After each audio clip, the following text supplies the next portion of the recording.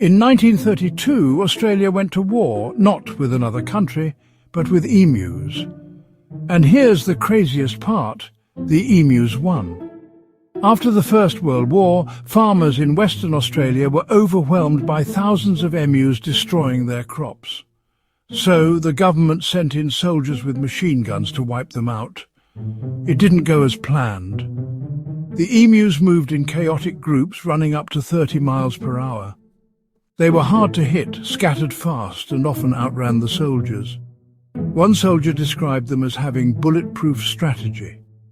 In total, about 10,000 rounds of ammunition were fired with very little effect.